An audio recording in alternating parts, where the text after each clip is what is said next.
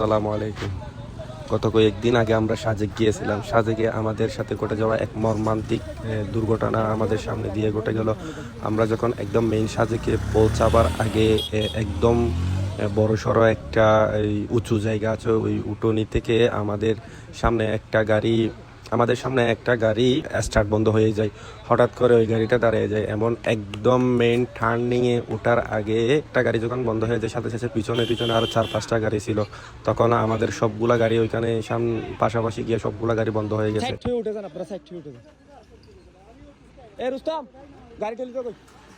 আলহামদুলিল্লাহ আমাদের তেমন কোনো কারো ক্ষতি হয় নাই। তবে আপনারা যারা সাজেক যাবেন, দক্ষ ড্রাইভার দেখে গাড়ি নেবেন এবং বাইক নিয়ে যারা যাবেন সতর্কতা স্বরূপ গাড়ি চালাবেন। এই সাজেকের পাহাড়গুলা অনেক ভয়াবহ। যারা পাহাড় ঘুরতে ভালোবাসেন, যারা পাহাড়ে ঘুরতে আপনাদের